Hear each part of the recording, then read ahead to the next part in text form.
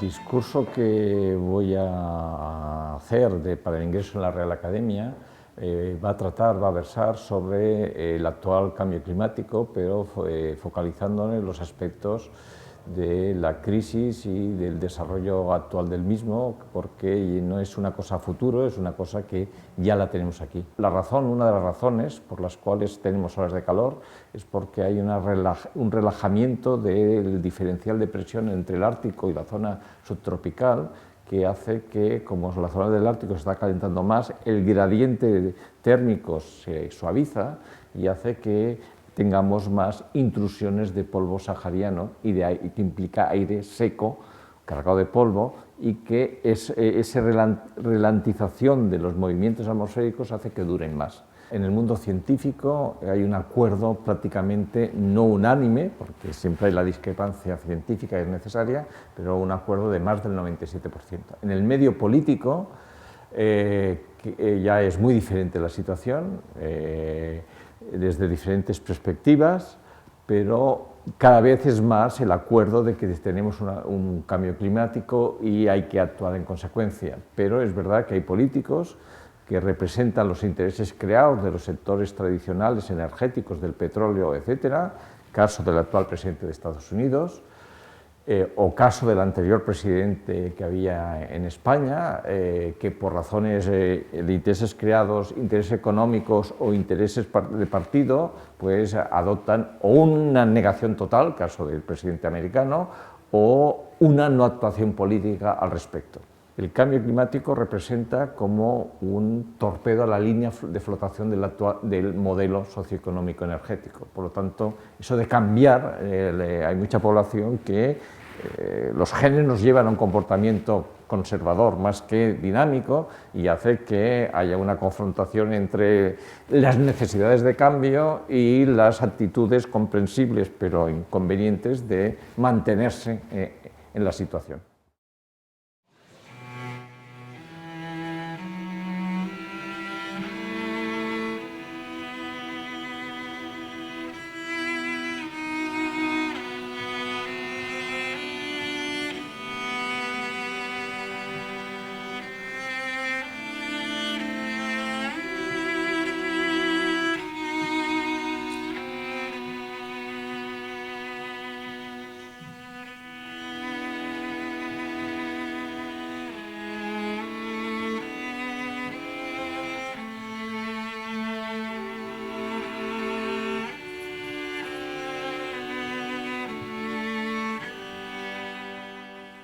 ¿Ratificáis vuestra aceptación de ingreso a la Real Academia Europea de Doctores?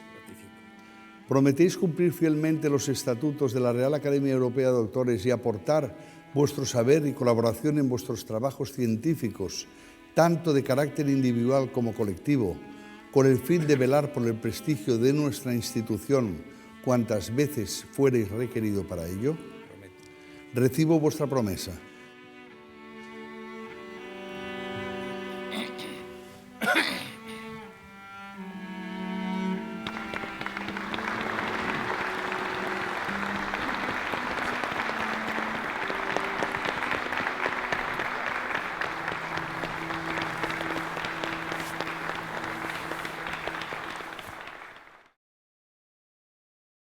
Señalar que es un gran honor poder hacer ante ustedes este discurso de ingreso a la Real Academia de Doctores y que obviamente tiene mi profundo agradecimiento por el reconocimiento académico que ello significa y a la vez una alta carga emotiva. Quiero empezarlo haciendo con un breve resumen de mi trayectoria, un resumen visual de mi trayectoria de formación académica, por lo que ello significa de esfuerzo, pero especialmente para reconocer de forma especial el largo camino y los recursos, tanto individuales como públicos, que implica la formación intelectual de una persona, hecho que no siempre es bien reconocido y suficientemente valorado. En especial, hay una foto de la biblioteca de la Universidad Central, de la Universidad de Barcelona, en la Plaza Universidad, donde fueron horas de trabajo, pero con un sentimiento muy profundo en el mismo. Obviamente, efectuar un reconocimiento a mis padres, a ese afán de mi madre por la lectura indiscriminada y a mis hermanos Paloma y Félix.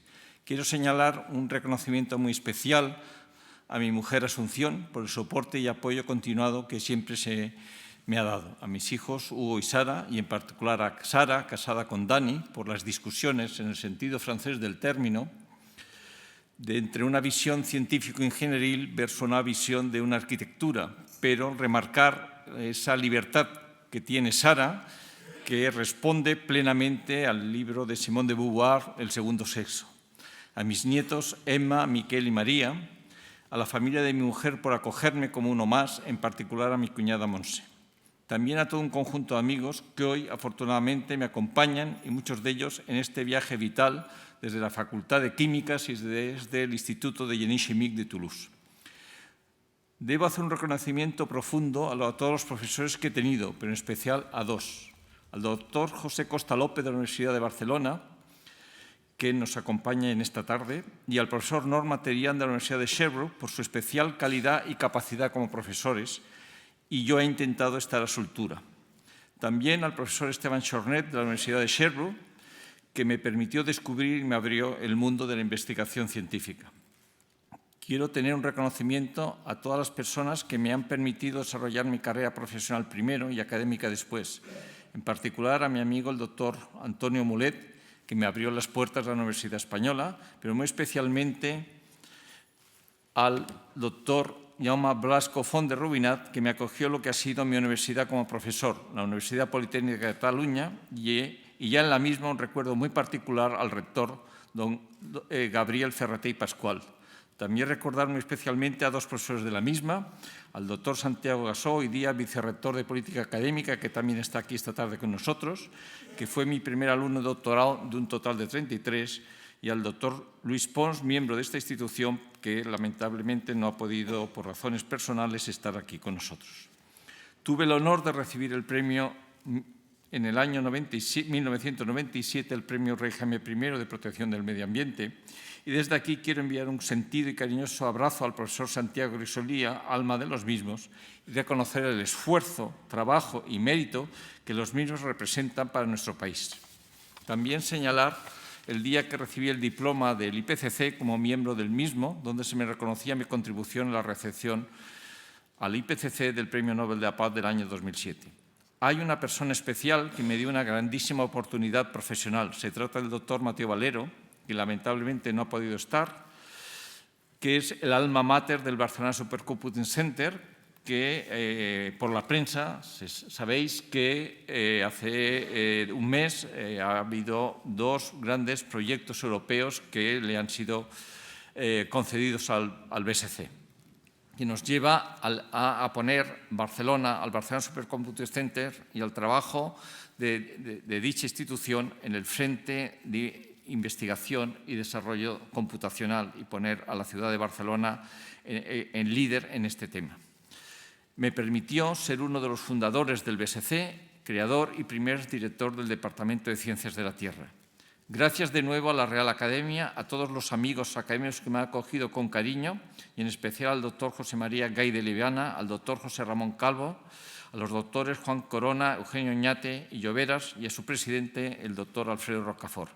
Finalmente, para no olvidarme de nadie, deseo manifestar mi máxima gratitud a todas las personas y amigos que estén o no acompañándome hoy, que de una u otra forma, personal y o profesional, me han ayudado en mi camino vital. Deseo también en este acto manifestar públicamente mi firme compromiso con la Real Academia Europea de Doctores en trabajar, participar y colaborar con sus fines. La elección del tema concreto de este discurso de ingreso no me ha sido fácil. Lo que sí estaba claro era la temática general, el medio ambiente, que ha sido el tema razón de mi vida intelectual y profesional. Pero la temática concreta, esencialmente, se hacía dura por dos razones. Una primera, porque he tenido la suerte de evolucionar con su desarrollo temático desde su explosión en la década de los años 70 del siglo XX, agua, residuos, aire, legislación, gestión, desarrollo sostenible, cambio climático, modelización ambiental. Y la segunda, para centrarme en un tema concreto que fuera actual en este momento de alta transversalidad e hiperinformación desde una perspectiva muy concreta. Finalmente, el tema escogido ha sido sobre el actual cambio climático desde una visión holística, global, de la actual crisis climática y de la emergencia que la misma supone. La segunda decisión, el discurso debía responder a un enfoque concreto, específico. La solución adoptada ha sido intentar analizar tan complejo tema intentando responder a una serie de preguntas, 45 en total, que no me voy a centrar en ellas, pero sí que están en el libro, basado en el método científico de pregunta-respuesta. La sociedad humana está realizando un largo viaje, como cualquier otra especie, siguiendo el mandato de esos genes que nos van marcando y nos están mandando desde las células. Al comienzo de la era cristiana, hace unos 2000 años, había sobre la Tierra unos cientos de millones de hombres y mujeres y que han crecido exponencialmente hasta llegar hoy día a más de 7.500 millones de individuos de la especie y creciendo. Existe una serie de causas principales para este crecimiento en los últimos 300 años. Uno fue la invención de la máquina de vapor, que dio lugar en 1750 a la Revolución Industrial. Pasteur, que desarrolló la teoría germinal de las enfermedades infecciosas, que originó en el último tercio del siglo XIX todo el proceso de higienización, que dio lugar al desarrollo de la ingeniería sanitaria. El coronel Drake, que perforó el primer pozo petrolero del mundo en 1859, logrando extraer petróleo a una profundidad de 21 metros de profundidad, dando origen al uso comercial e intensivo de los combustibles fósiles, hacer posible el uso de una energía fácilmente transportable, con elevada potencia energética y a un precio barato. Hay otro hecho que no se le da excesiva importancia, pero que, si bien ya el invento de la máquina de vapor era el uso del calor, Carrier, en 1902, desarrolló las bases modernas del aire acondicionado y el desarrollo de la climatización, es decir, el dominar el frío. Los primeros en usar este sistema acondicionado fueron las industrias textiles del sur de Estados Unidos. El doctor Fleming comunicó su descubrimiento sobre la penicilina en el British Journal of Experimental Pathology en 1929, dando lugar al tratamiento de las infecciones mediante antibióticos. La Revolución Verde es la denominación usada internacionalmente para describir el importante incremento de la productividad agrícola y, por tanto, de alimentos mediante el uso de fertilizantes, plaguicidas y el riego, a una escala más industrial. Gran papel de la ingeniería que permitió fijar el nitrógeno atmosférico. Todo ello ha llevado a la explosión de las megaciudades, en esa explosión que podemos ver en la gráfica. En la actualidad, el 54% de la población vive en ciudades, de las cuales un 78% es en los países desarrollados y 49% en los países no desarrollados, siendo un proceso que ha tenido lugar exclusivamente en los últimos 70 años, después de la Segunda Guerra Mundial, y se espera que en unos próximos años, 10-20, ello alcance al 75% de la población mundial. Este conjunto de factores es lo que ha propiciado esta explosión del número de individuos de la especie humana, del llamado Homo sapiens, y la concentración de la misma en megaciudades, dando origen a los actuales problemas medioambientales de disponibilidad de recursos, de calidad del aire, de pérdida de biodiversidad, etcétera, y especialmente al calentamiento global que está provocando el actual cambio climático. Antes de centrarme en él, recordar que en 1987 el informe Brundtland definió el concepto de desarrollo sostenible, que está basado en 3 pilares: el pilar de los factores económicos, el pilar de los factores sociales y el pilar ambiental. Pero siempre he sido crítico en el sentido de que le falta un cuarto pilar que es fundamental. Todo ese crecimiento tan rápido lo hemos podido hacer porque hemos dispuesto de energía accesible y barata. Si no, no lo hubiéramos podido hacer. Y eso es lo que nos ha llevado a la situación presente. No obstante, en el 2015, la Asamblea General de ONU definió la Agenda 2030 para el Desarrollo Sostenible, marcando 17 grandes objetivos que deberían ser alcanzados en el año 2030. Al adoptarla, los Estados se comprometieron a movilizar los medios necesarios para su implementación. Ya hemos consumido casi 5 años de esos 15 y la realidad es que no se están tomando las acciones necesarias y obligadas para hacerlos realidad. Ya entrando en el actual cambio climático, lo llamo actual porque el egocentrismo y la pretenciosidad egoísta de la especie humana hace que le llamemos el cambio climático. Y cambios climáticos ha habido muchos en los 4.500 millones de años de vida de este planeta. Y la segunda es porque se está dando exclusivamente en los últimos 300 años, lo cual geológicamente es un suspiro, una exhalación, no es nada. Fue Arrhenius que en el 1896, a final del 19, avisó de que si se usaban combustibles fósiles como fuente energética, podría producirse un aumento de la temperatura del planeta. En aquel entonces, los consumos energéticos de la década de 1890 no lo vieron como un problema, ya que, de acuerdo a esos consumos, nos llevaría miles de años llegar a una duplicación de la concentración de CO2 medida en ese momento. Y en segundo, se pensaba además que los océanos podían absorber 5/6 de esas emisiones. Esa idea se popularizó en 1908, 12 años después, y ya el consumo de combustibles había aumentado significativamente, por lo que, de acuerdo con ese cambio, se revisaron el tiempo de duplicación hace unos pocos siglos. Pero aún era el tema una curiosidad científica y no un problema de la humanidad. Fue el clásico planteamiento y la grave cuestión de tratar un problema de dinámica exponencial como lineal. Estos hallazgos se trataron con mucho escepticismo a principios del siglo XX. Incluso hubo una confrontación científica entre dos suecos, entre Arrhenius y Knut Åström, que era hijo de Anders Johan Åström, el que definía la unidad de medida de 10⁻⁹, donde definimos las longitudes de onda y donde definimos el tamaño de los átomos. Fue probablemente, él se dedicaba a temas de balance radiativo entre la atmósfera y la superficie terrestre, y probablemente fue el primer escéptico activo sobre el actual cambio climático. Él hizo una serie de experimentos sobre un tubo lleno de CO2 y planteó que en ese momento el vapor de agua también absorbe la radiación infrarroja, que es otro gas de efecto invernadero, pero con un comportamiento absolutamente diferente al de CO2 y los otros gases de efecto invernadero, el metano y el N2O. Y de acuerdo a ese experimento, se pensó que el vapor de agua contrarrestaría el aumento de CO2 al no poder absorber la radiación infrarroja en las bandas del espectro mismas que el vapor de agua, y que mucho más abundante la bloquearía. Había un problema de la precisión del sistema de medida, había un problema de la forma en que el experimento se hizo. Un tubo lleno de gas no representa un sistema de capas múltiples como es la atmósfera, con lo cual había grandes problemas en la forma de llevar ese experimento científico por las propiedades específicas de lo que se medía y por las dinámicas espaciotemporales diferentes.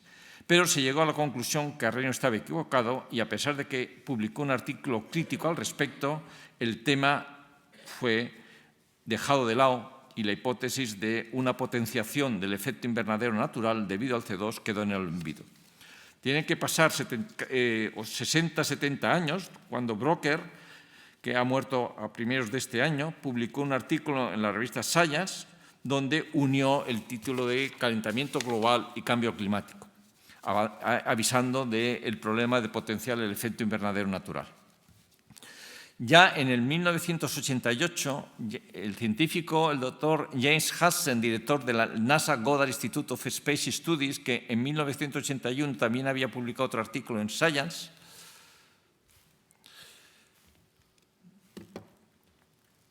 que hizo una gran declaración en 1988 frente a un comité del Congreso de Estados Unidos, donde explicaba claramente que la relación causa-efecto entre la emisión de ciertos gases a la atmósfera y el incremento de la temperatura del planeta.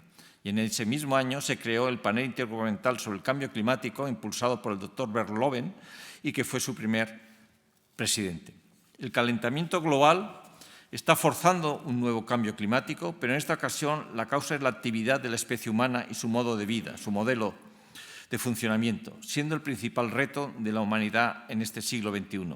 Se están alterando claramente los patrones básicos del sistema planetario al forzar el efecto invernadero natural, lo que conlleva cambios en los sistemas meteorológicos y oceánicos, pero no únicamente, ya que implica y produce amplios efectos sobre el planeta, modificando profundamente las condiciones ambientales, la economía, la sociedad, y que pone en peligro los medios de subsistencia, la salud, el agua, la seguridad alimentaria y energética de las poblaciones. Y esto, a su vez, agudiza la pobreza, las migraciones, el desplazamiento forzado y el conflicto. Las evidencias son inequívocas.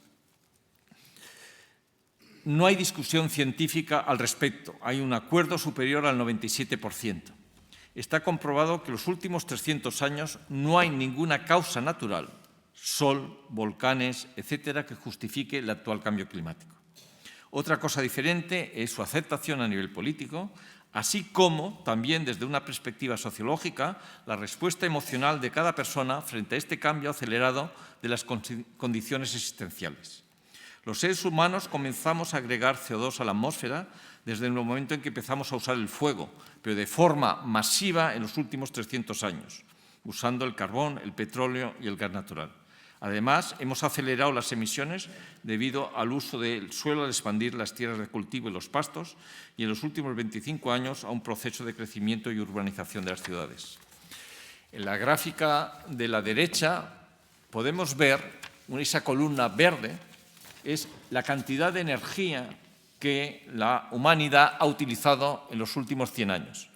Quiere decir que 4 generaciones de la especie humana ha consumido más energía que todas las generaciones precedentes. Es decir, hemos hecho un subidón total en el consumo de energía, lo cual ha conllevado que la concentración atmosférica de CO2 haya pasado de 280 partes por millón a más de 410 partes por millón en este momento. Es decir, un incremento en menos de 300 años de 46%.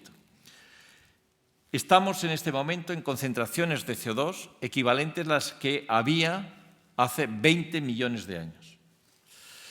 Todo el CO2 que emitamos, además, tendrá un efecto sobre el aumento de temperatura que se extenderá en el tiempo más de 1000 años debido al tiempo de residencia de este gas en la atmósfera, además de la contribución de los otros gases de efecto invernadero. La razón de esta causa se debe a un problema de escalas de tiempo entre la velocidad de formación geológica de los combustibles fósiles y la velocidad de uso de los mismos por la especie humana, alterando el equilibrio del ciclo terrestre del carbono, provocando una acumulación de CO2 y metano en la atmósfera y océanos desde el reservorio depósito del subsuelo terrestre, potenciando el papel que juegan dichos gases en el balance radiativo del planeta. La formación de fósiles es un proceso, de combustibles fósiles es un proceso muy lento, en cambio nosotros en 300 años hemos hecho un proceso acelerado de consumo del mismo, desajustando totalmente el balance. Tomando como referencia el año 1880, que es un factor importante del periodo de referencia, la temperatura promedio ya ha aumentado 1 grado. Y en el último decenio se han producido 8 de los 10 años más cálidos desde que hay registros. En concreto, en la península ibérica, el primer registro continuado y fiable de medidas lo tenemos en Gibraltar desde que los ingleses tomaron el Peñón. En el reciente informe del Programa de las Naciones Unidas para el Medio Ambiente, en línea con el informe del pasado octubre del IPCC, se advierte que, de persistir las emisiones de gases de efecto invernadero, la temperatura media global seguirá aumentando al ritmo actual y superará en los próximos 30 años la meta del Acuerdo de París aprobada en diciembre de 2015. Es decir, se superará ese desideratum, que es el 1,5 grados de incremento de la temperatura media planetaria. Y ya hemos consumido 2/3 de dicho umbral. Para cumplir con el Acuerdo de París se necesitaría absolutamente reducir las emisiones de gases de efecto invernadero entre un 40 y un 70% para el año 2050 y antes de 2070 simplemente deberían ser 0. La solución no es nada fácil, pues implica un cambio radical del actual modelo socioeconómico energético de la sociedad. Lo podríamos ver de otra forma, es realmente un torpedo en la línea de flotación del sistema. La medida más importante y urgente, pero muy complicada de ejecutar, debido a los intereses creados y al funcionamiento del modelo, es el abandono del uso de los combustibles fósiles, unido a fuertes medidas de adaptación. Los Estados se han comprometido a reducir sus emisiones en el marco del Acuerdo de París, pero los esfuerzos de reducción adoptados lo son de forma individual y voluntaria. No hay un compromiso formal, lo cual nos llevaría únicamente a un escenario donde se alcanzarían valores del orden de aumentos de 3 grados centígrados, muy superior al valor acordado y necesario. La cuestión no es cómo nos afectará el cambio climático, sino cómo ya nos está afectando. Podemos observar, además, que los incrementos de metano son de un 140% respecto a los que había hace 300 años, y la concentración también de N2O es un 42% por encima de la que había hace 300 años.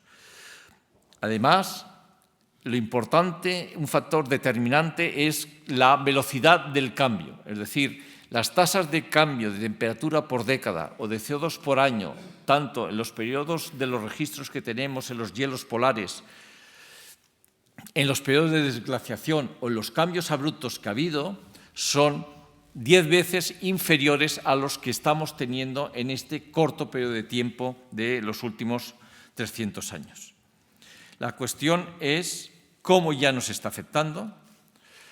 Es como si estuviéramos en la sala de control de una planta química o de una central térmica y donde todos los avisos de funcionamiento, de control, estuvieran en rojo y nos estuvieran marcando un señal de peligro, peligro, peligro. Esa es la situación real, desgraciada, en la cual estamos situados.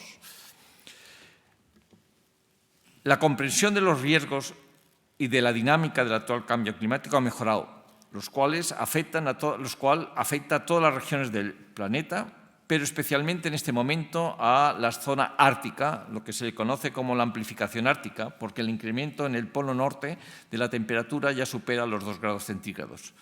Y además, todo ello que afecta a la parte superior del planeta y al hemisferio norte, donde está la mayor parte de la superficie terrestre, donde está la mayor parte de la población, además conlleva que en este momento ya hay datos contrastados de deshielo del permafrost, es decir, de los suelos helados, lo cual provocaría un aumento de la emisión de metano y ello conlleva un efecto de retroalimentación positiva, incrementando la actual dinámica. El nivel del mar está subiendo, del orden de los últimos datos satelitales nos están diciendo del orden de 3,3 centímetros por década. No es mucho, pero de nuevo recuerdo que es un crecimiento exponencial, no lineal.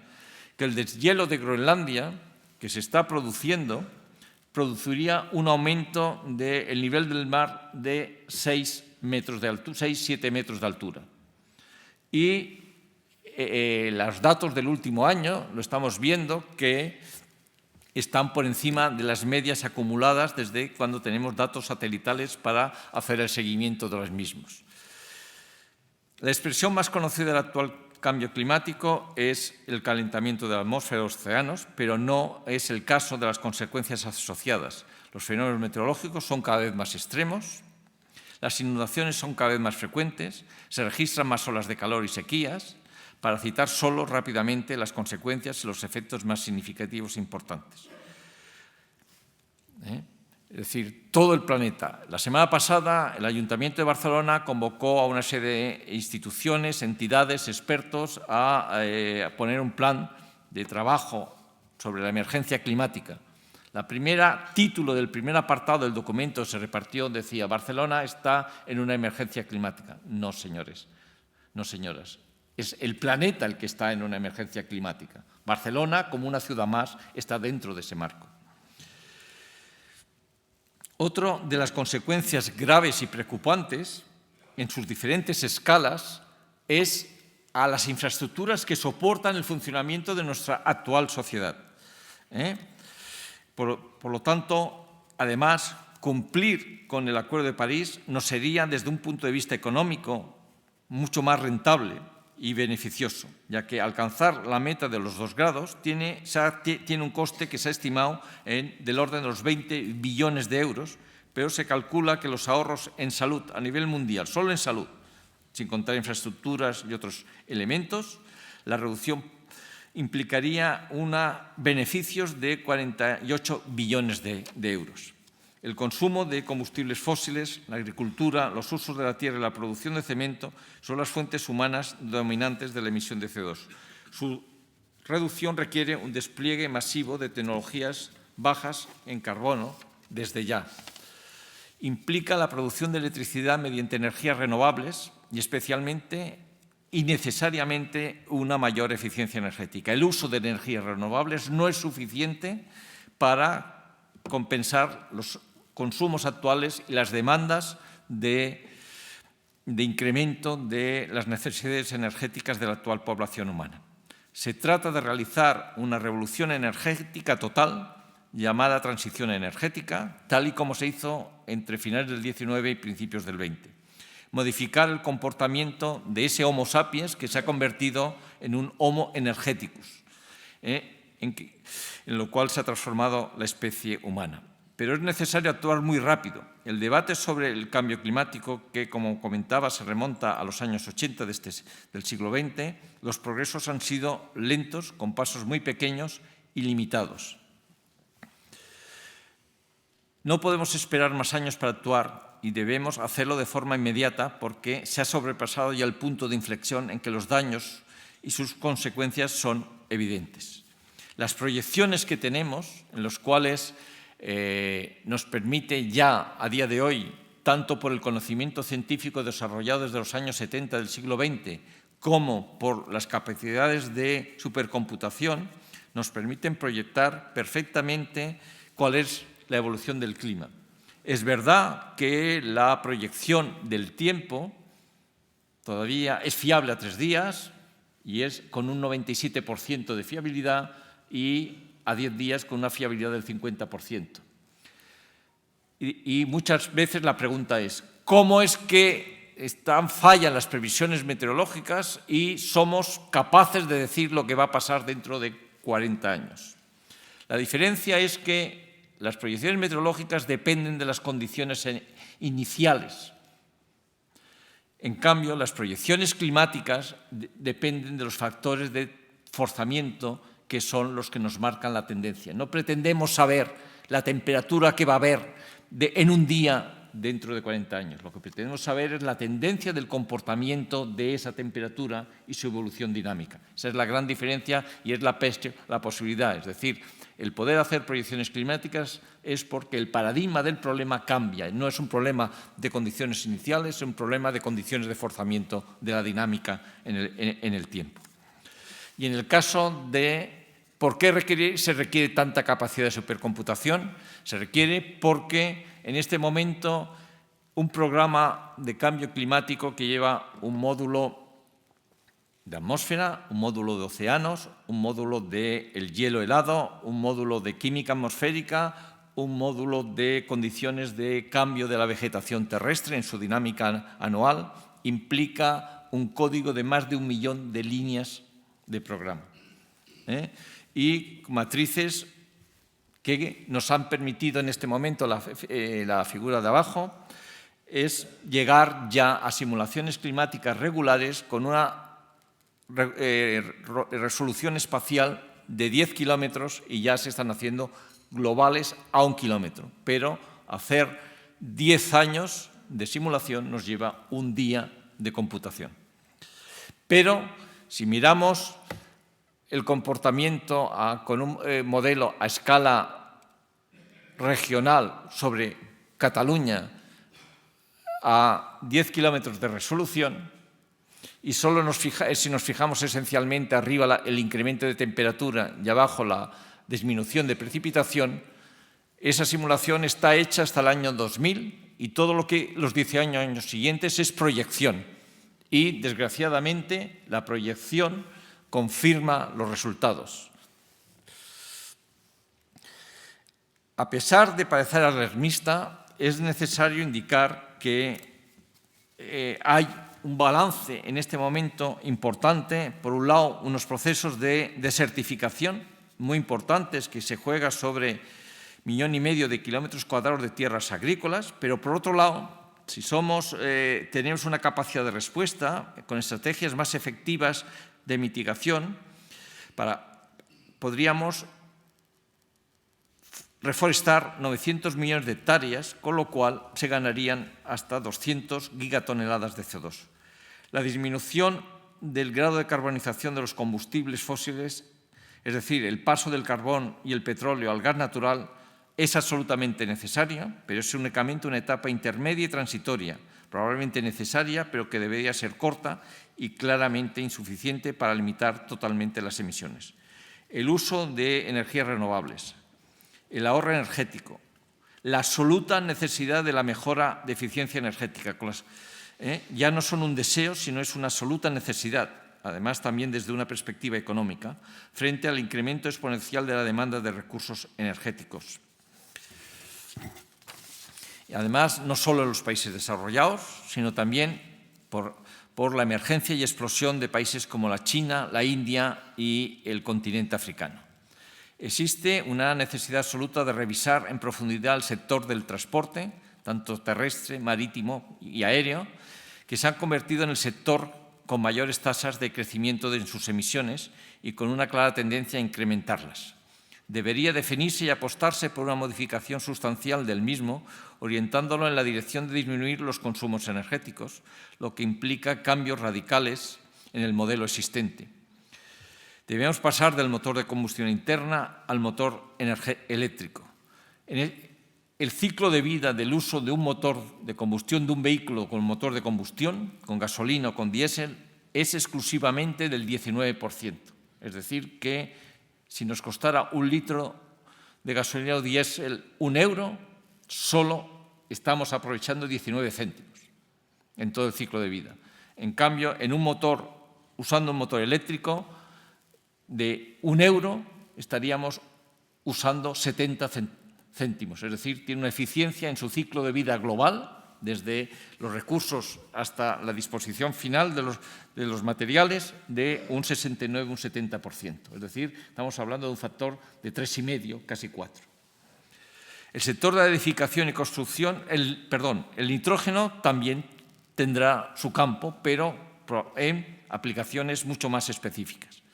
El sector de la edificación y construcción también debería ser objeto de una fuerte atención a fin de disminuir el gasto energético en iluminación, calefacción y climatización. Y la producción, la producción de energía eléctrica a partir de energías renovables no es suficiente, necesitamos ser mucho más eficientes. A lo largo del siglo XIX, la mayoría de los modelos de proyección climática indicaban que ese CO2 debería dejar de aumentar, pero ya sabemos que al actual modelo seguiremos incrementando.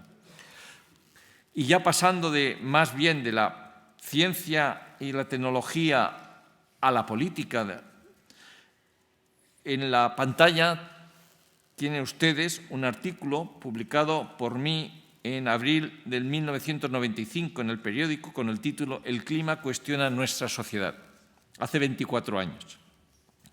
Desgraciadamente, su contenido sigue siendo actual como si lo hubiera escrito hoy mismo. Solamente habría 2 datos que habría que cambiar. Es decir, en lugar de una concentración en ese momento, en el año 95, de 350 partes por millón, estaríamos ya en 410.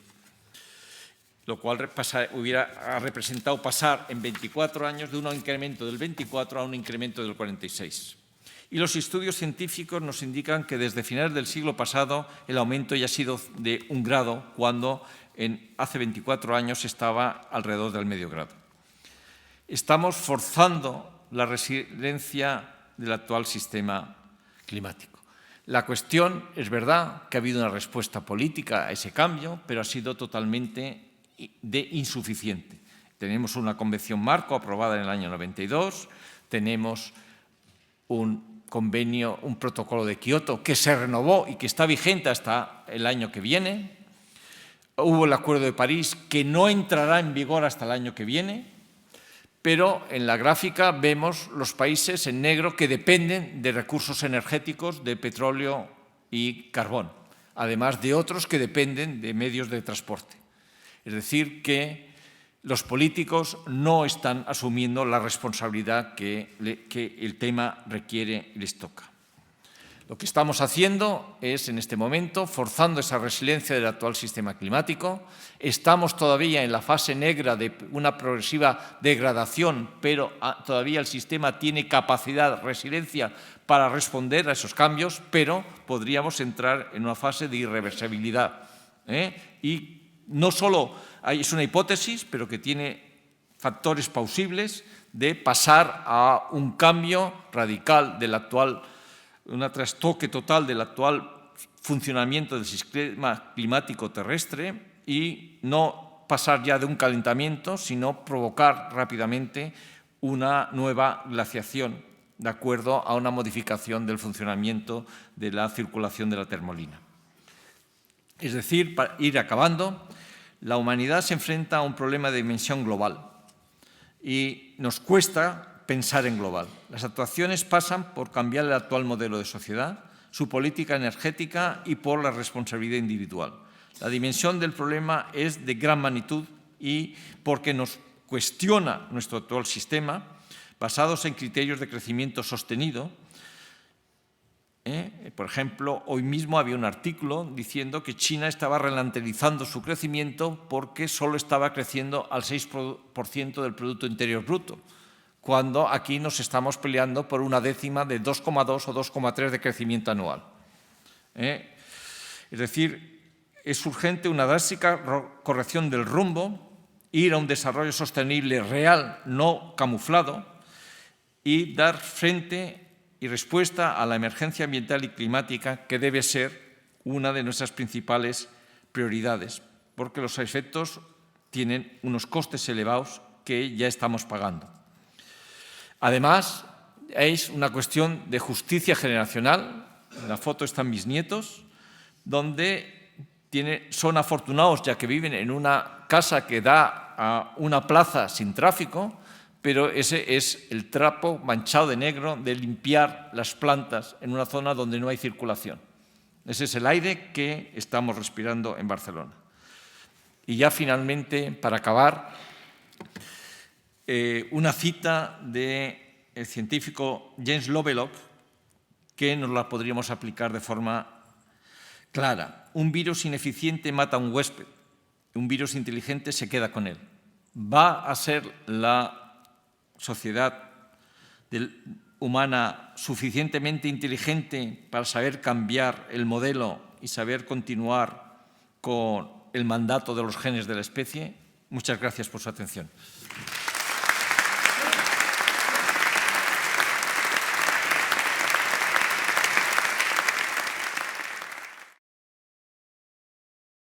Excelentísimo señor presidente, excelentísimos señores académicos, excelentísimas e ilustrísimas autoridades, señoras y señores. Introito y laudatio.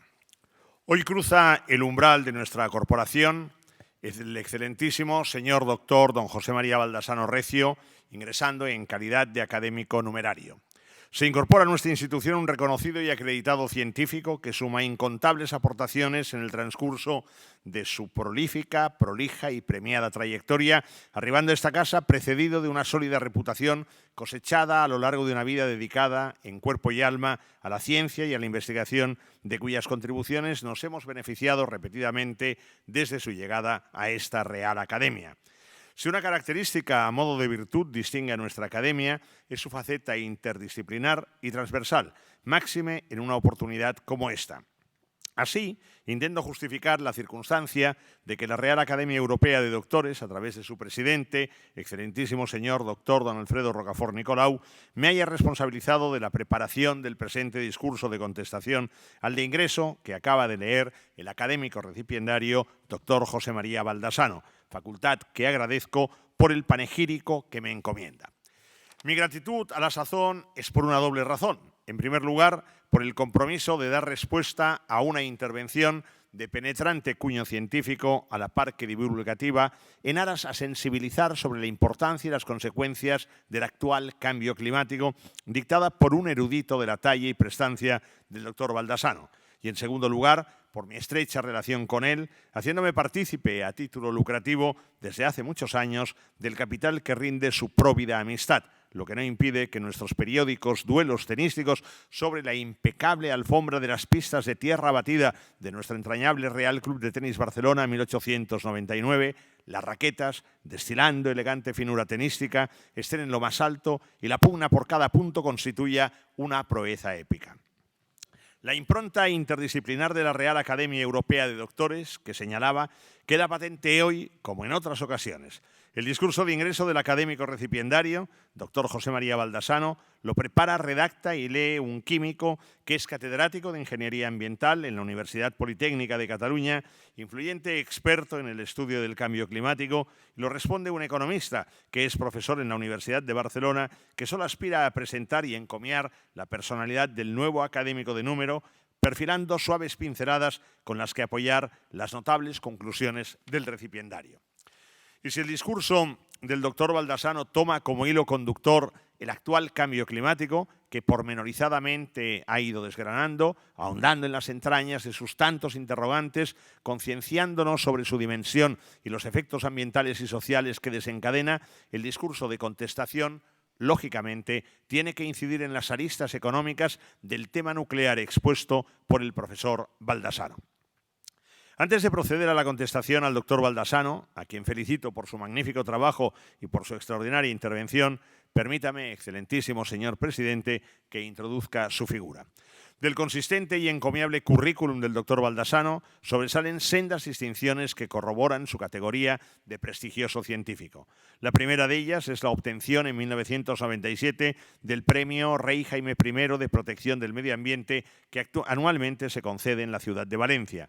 La influencia y el realce de los premios Rey Jaime I es indudable por distintos motivos, entre ellos la presencia de varios premios Nobel que componen sus jurados. La segunda mención destacable de la trayectoria del doctor José María Baldassano viene dada por el diploma que se le concedió en 2007 como integrante del Panel de las Naciones Unidas sobre el Clima, formando parte del grupo intergubernamental de expertos sobre el cambio climático por su contribución al Premio Nobel de la Paz. Otro sí, en su impecable currículum, sobresalen los premios que ha recibido de la Universidad de Sherbrooke, Quebec, Canadá, en 1979, el de la Ciutat de Palma de Mallorca, en su modalidad de investigación en 1984, así como otras menciones y distinciones que confirman su docta reciedumbre y el nivel de sus trabajos.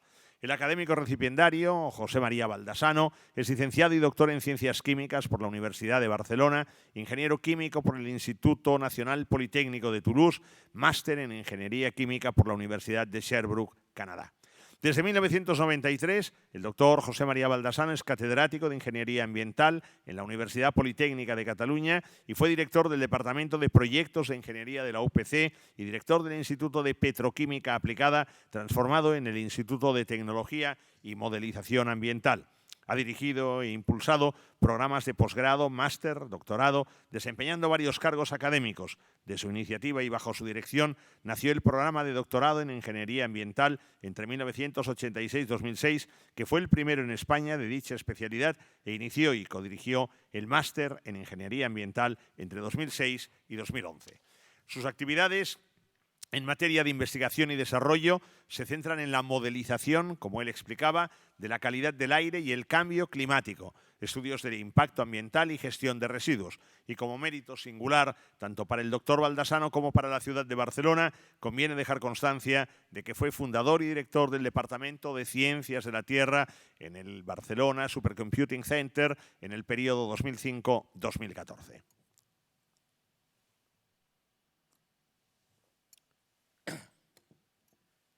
Contestación al discurso de ingreso. En su discurso, el académico doctor José María Baldassano aborda el estudio del cambio climático de manera didáctica y comprensible, razonando sus causas, planteando interrogantes y aportando luz a cuestiones que incumben a nuestra civilización, a las actuales y futuras generaciones, ante lo que irremisiblemente se advierte como un deterioro de la calidad de nuestro planeta. Ajeno por completo como soy al conocimiento fundado del profesor Baldassano, fruto de sus largos años de investigaciones sobre el asunto del que ha versado, sería por mi parte una intromisión imperdonable la de inmiscuirme en sus razonamientos. No soy científico de la categoría más que ilustre del doctor Baldassano, desconozco los rasgos climáticos y sus proyecciones, el porqué de los fenómenos meteorológicos tan extremos que cada vez con mayor asiduidad se van sucediendo y soy ignoto en temas ambientales. Sin embargo, desde mi modesta posición como economista, sí son dables distintas reflexiones a propósito de los desafíos económicos que entraña el estado del bienestar, tal y como hoy se concibe, cuando entre aquellos se encuentra, entre otros muchos, el inquietante cambio climático que irá fraguando en escasez de recursos y en el irrenunciable incremento de la actividad en cuestiones medioambientales, mermando la productividad económica y erosionando la calidad de vida. De ahí, pues, la sensibilidad y oportunidad del excelente discurso del doctor Baldassano, donde manejando el fino bisturí de su sabiduría y experiencia, de su profusa capacidad, ha ido desplegando una miríada de facetas sobre el cambio climático, alertándonos de fatales desenlaces y del estallido de desórdenes en nuestras referencias culturales y sociales, con un trasfondo económico incalculable de resultas de un escenario desgarrador para la propia humanidad. Las advertencias, los mensajes sugerentes e inspiradores de una voz acreditada y autorizada de resonancia internacional, como esa del doctor Baldassano, invita seria y cabalmente a pensar en que quizás aún estemos a tiempo de enderezar una senda que a medio y largo plazo será muy costosa y difícil de soportar. En el último Foro Económico Mundial, celebrado el pasado mes de enero de este año en la población suiza de Davos, la directora del Fondo Monetario Internacional, hasta el día de hoy, Christine Lagarde, advertía que dos de los mayores peligros que acechan al crecimiento mundial son el envejecimiento de la población y el cambio climático. La trascendencia del cambio climático constituye eje clave de los debates en los grandes foros económicos internacionales, no solo por sus inherentes costes en términos económicos, sino también desde la perspectiva financiera, que incide sobre la aplicación de las finanzas públicas tanto en el gasto corriente como en el no corriente, la orientación de las inversiones empresariales, los modelos industriales, las actuaciones preventivas de conservación y mitigantes e incluso las competencias de los bancos centrales y las responsabilidades del mismo sector financiero. Con todo, la preocupación por los perfiles económicos del cambio climático data del año 1975, cuando distintos investigadores alertaban sobre el aumento de la temperatura y el catedrático de la Universidad de Yale, el profesor William Nordhaus, premio Nobel de Economía en 2018, junto al investigador de la Universidad de Stanford, Paul Romer, se erigió en pionero de los estudios sobre la economía climática. A raíz del Acuerdo de París de 2015, se detectó la necesidad de canalizar recursos financieros hacia inversiones favorables a modelos económicos bajos en emisiones de gases de efecto invernadero y respetuosas con el medio ambiente, acuñándose el término de finanzas verdes. Probablemente, en un momento en el que se atisba una serie de factores turbadores de distinta índole para la economía mundial, un trance que rebajaría la potencial producción global en el medio plazo es el cambio climático. En ese sentido, el Banco Mundial estima que en el caso de que la temperatura siga subiendo de igual manera que lo ha hecho hasta ahora, en los próximos años el Producto Interior Bruto mundial podría recortarse entre el 15% y el 25%, los 20 billones de euros que mencionaba el doctor Baldassano, castigando con severidad a países ya de por sí vulnerables, siendo las economías emergentes y en vías de desarrollo las más sensibles y perjudicadas. Empero, combatir el cambio climático implica en el corto plazo un peaje: la destrucción de miles de empleos en sectores económicos que a la larga están condenados a desaparecer y a la vez impulsar y desarrollar la creación de otros sectores que sean capaces de promover ocupación laboral. Así, verbigracia, se incentiva la producción de energías renovables y en paralelo la reducción de sectores como el carbón. No obstante, las instituciones gubernamentales en ese apoyo hacia la economía verde chocan con ambiciones lucrativas, cuando no ínfulas políticas que ven peligrar sus prerrogativas. Para el Fondo Monetario Internacional, el cambio climático se configura como un envite existencial de nuestros tiempos, por no decir que el más significativo. Todo el planeta se ve afectado y muchas zonas geográficas o regiones sufrirán sus embates devastadores con mayor gravedad en países emergentes o en vías de desarrollo, llamados en condiciones normales a tender hacia crecimientos que aumenten su producto. Para el Fondo Monetario Internacional, la parte positiva de ese escenario, un tanto aciago esa respuesta multilateral favorable, gracias a la cual 190 países ofrecieron estrategias climáticas para el Acuerdo de París de 2015 en su afán de aplacar los agresivos golpes al cambio climático. Acabo ya, señor presidente. Nuestra corporación recibe en la tarde de hoy a un académico en el más amplio sentido del vocablo. Científico de prestigio, como decía al comienzo, docto directo que contagia del entusiasmo de su erudición, investigador dedicado a una encomiable tarea, propagador incansable de su saber, ejerciendo una edificante labor de sensibilización, predicador de la protección de nuestro planeta, estudioso más que reconocido, voz autorizada, decía acá, allá y acullá, poseedor de galardones singulares como testimonian los merecidos premios al pundonor y eficiencia de su quehacer. La figura del doctor José María Baldassano da fulgor a la Real Academia Europea de Doctores, que lleva tiempo, comentaba, enriqueciéndose de su ilustración, de sus altas cotas de discernimiento, de su decidida colaboración y de su empeño por compartir con todos nosotros sus acertadas y vigorosas aportaciones. Hoy el doctor Baldassano nos ha iluminado pródigamente con su talento, con su análisis de alto valor añadido sobre una de las encrucijadas clave de nuestra sociedad y que tal vez signifique el gran hito de la humanidad en esta hora, invitándonos a reflexionar, a buscar, proponer, hallar soluciones, y lo ha hecho al compás de su característico estilo, con tesón y convicción, con determinación, con su entrega sin límites, con la modestia de las mentes preclaras, con su excepcional sencillez, con ese empuje del que personalmente doy fe en lo humano, en lo académico y también en lo deportivo, sobre la rojiza arcilla de las pistas de nuestro querido club, el Real Club de Tenis Barcelona, en nuestros enconados, aunque siempre amigables encuentros tenísticos, con jugadas francas y honestas, cuando ambos nos esforzamos en busca de sumar el punto decisivo del partido antes de fundirnos en un afectuoso abrazo con el que damos paso a comentar las jugadas más legendarias de nuestra galante disputa tenística. El caudal cultivado del doctor Baldassano, su envidiable conocimiento científico y ambiental, así como la altura de sus contribuciones a modo de valioso activo intangible, han seducido en este salón de actos. Aquí hemos escuchado atentamente el magistral discurso de ingreso del investigador diligente y hemos gozado como testigos privilegiados y oyentes predilectos de su espíritu indagador, de sus facultades analíticas y primordialmente de su esplendidez al poner al alcance de los demás los frutos de sus estudios e investigaciones.